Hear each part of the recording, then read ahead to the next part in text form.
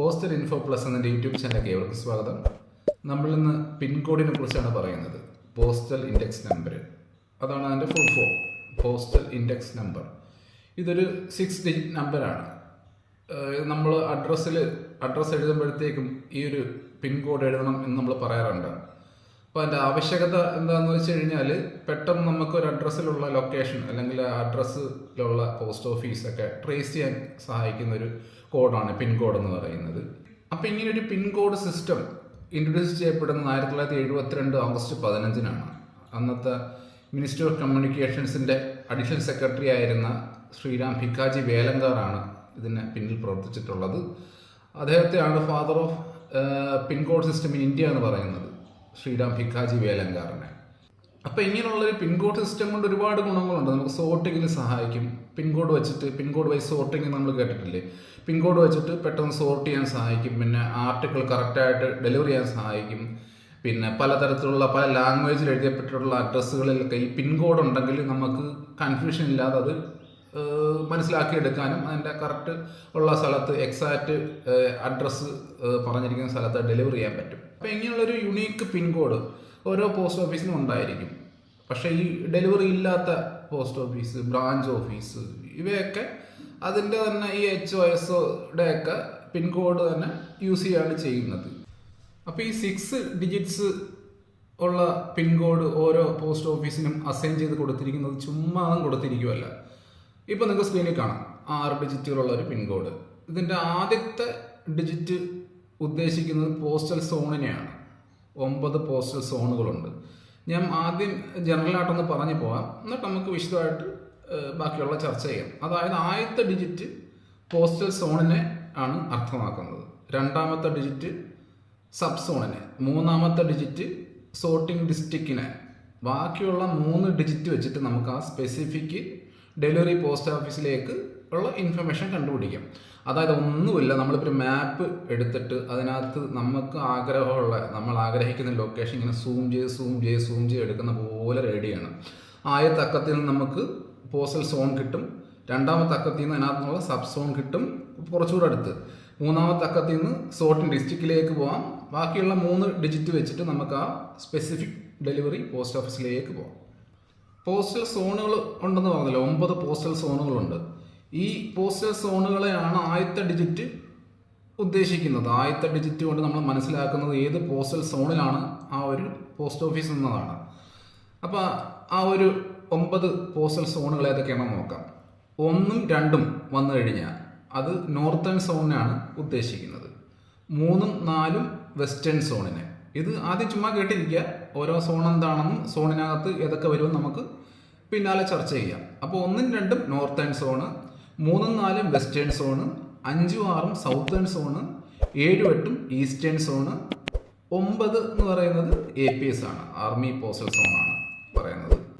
അപ്പോൾ നിങ്ങൾക്ക് ഒരു ലിസ്റ്റ് ഇപ്പോൾ സ്ക്രീനിൽ കാണാം. ഇതിനകത്ത് കാണാൻ പറ്റും ഓരോ ഡിജിറ്റ്, ഫസ്റ്റ് ഡിജിറ്റ് വരുമ്പോഴത്തേക്കും അത് ഉദ്ദേശിക്കുന്ന സോണ്, അതിനകത്ത് ഉൾപ്പെടുന്ന സ്റ്റേറ്റുകൾ. ഓക്കെ, 1 വരുമ്പോഴത്തേക്കും അത് നോർത്തേൺ സോണിലാണ്. അതിൽ ഡൽഹി, ഹരിയാന, ഹിമാചൽ പ്രദേശ്, ജമ്മു ആൻഡ് കാശ്മീർ, ലഡാക്ക്. പിന്നെ രണ്ടാമത് വരുമ്പോഴത്തേക്ക് UP, ഉത്തരാഖണ്ഡ്, അങ്ങനെ ഓരോന്നും. മൂന്നാമത്തത് വെസ്റ്റേൺ സോണാണ്. 3ഉം 4ഉം വെസ്റ്റേൺ സോണാണ്. അതിൽ 3 വരുമ്പോഴത്തേക്കും ഗുജറാത്ത് വരും, രാജസ്ഥാൻ വരും, ദാദ്ര ആൻഡ് നഗർ ഹവേലി വരും, ദാമൻ ആൻഡ് ദീവ് വരും. മനസ്സിലായില്ലേ? അങ്ങനെ ജസ്റ്റ് ഒന്ന് വായിച്ച് നോക്കുക. ഫസ്റ്റ് ഡിജിറ്റ് വെച്ച് നമുക്ക് പോസ്റ്റൽ സോൺ കിട്ടും. 9 പോസ്റ്റൽ സോണുകൾ ഏതാണ് ആ ഒരു പർട്ടിക്കുലർ പിൻകോഡെന്ന് കിട്ടും.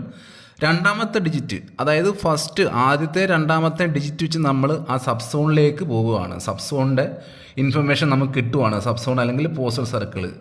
അതായത് ഇത് ലിസ്റ്റ് നോക്കാം. 11 ഡൽഹി, പിന്നെ 12 തൊട്ട് 13 ഹരിയാനയാണ്, 14 തൊട്ട് 16 ഇൻഡിക്കേറ്റ് ചെയ്യുന്നത് പഞ്ചാബാണ്. ഇങ്ങനെ നമുക്ക് ആ ഇൻഫർമേഷൻ കിട്ടും. അപ്പോൾ ആദ്യത്തെ ഡിജിറ്റിൽ നിന്ന് ആ പർട്ടിക്കുലർ പിൻകോഡുള്ള ആ ഒരു പോസ്റ്റ് ഓഫീസ് ഏത് പോസ്റ്റൽ സോണിൽ ഉൾപ്പെടുന്നു. രണ്ടാമത്തെ ഡിജിറ്റൂടെ കിട്ടുമ്പോഴത്തേക്ക് നമുക്കത് ഏത് സബ് സോണിലേക്ക് എന്നുള്ള ഇൻഫർമേഷനും കൂടി കിട്ടും.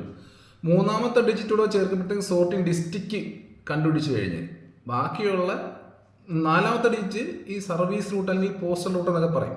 നമ്മളത് അങ്ങനെ ഓർത്തിരുന്നില്ലെങ്കിലും ലാസ്റ്റത്തെ 3 ഡിജിറ്റ് വെച്ച് നമ്മൾ ആ delivery post office, specific delivery post ഓഫീസിലേക്ക് ഉള്ള ഇൻഫർമേഷൻ കിട്ടുമെന്ന് ഓർത്ത് വെച്ചിരുന്നാൽ മതി. അപ്പോൾ ആദ്യത്തെ ഡിജിറ്റ് നമ്മൾ സോണ്, രണ്ടാമത്തെ ഡിജിറ്റ് സബ് സോണ്, മൂന്നാമത്തെ ഡിജിറ്റ് സോർട്ടിംഗ് ഡിസ്ട്രിക്റ്റ്, ബാക്കിയുള്ള 3 ഡിജിറ്റ് വെച്ച് നമ്മൾ ആ സ്പെസിഫിക് ഡെലിവറി ഓഫീസിലേക്കുള്ള ഇൻഫർമേഷൻ കണ്ടുപിടിക്കും. അപ്പോൾ ഇതിൻ്റെ ഒരു ഉദാഹരണം 2-3 ഉദാഹരണങ്ങൾ പറയുമ്പോഴത്തേക്കും ഇതിൻ്റെ കാര്യം മനസ്സിലാവും. തിയററ്റിക്കലായിട്ട് പറയുന്നതുകൊണ്ടാണ് മനസ്സിലാക്കാൻ ഇച്ചിരി ബുദ്ധിമുട്ട് വരുന്നത്. അപ്പോൾ ഫസ്റ്റ് ഡിജിറ്റ് 6 എന്ന് കണ്ടാൽ നമുക്ക് മനസ്സിലാവും സൗത്തേൺ സോൺ ഉള്ളതാണ് ഈ സംഭവം. നമ്മുടെ കേരളം തമിഴ്നാടൊക്കെ അതിനകത്തുള്ളതാണ്. പിന്നെ രണ്ടാമത്തെ ഡിജിറ്റ് കൂടെ കിട്ടുകയാണെങ്കിൽ അതിപ്പം 60 to 64 ആണെങ്കിൽ തമിഴ്നാടുമാണ്. അതായത് ആ ഒരു പർട്ടിക്കുലർ പിൻകോഡ് നമുക്ക് വന്നിരിക്കുന്ന ആ പിൻകോഡിൻ്റെ ഫസ്റ്റ് ഡിജിറ്റ് 60 to 64 ആ റേഞ്ച് നിൽക്കുകയാണെങ്കിൽ നമുക്ക് മനസ്സിലാക്കാം അത് തമിഴ്നാടുള്ള ഒരു പോസ്റ്റ് ഓഫീസാണ്.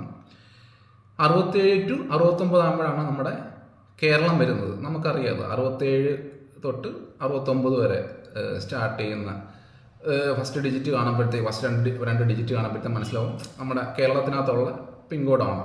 ഫസ്റ്റ് 3 ഡിജിറ്റ്സ് ആദ്യത്തെ 3 ഡിജിറ്റുകൾ ഒരുമിച്ച് വെക്കുമ്പോഴത്തേക്കും നമുക്ക് സോർട്ടിംഗ് ഡിസ്ട്രിക്റ്റിലേക്കുള്ള ഇൻഫർമേഷൻ കിട്ടും. ഇവിടെ നോക്കേ 600 എന്ന് കാണുമ്പോഴത്തേക്കും 60 എന്ന് കാണുമ്പോഴത്തേക്കും തമിഴ്നാട് എന്ന് മനസ്സിലായി.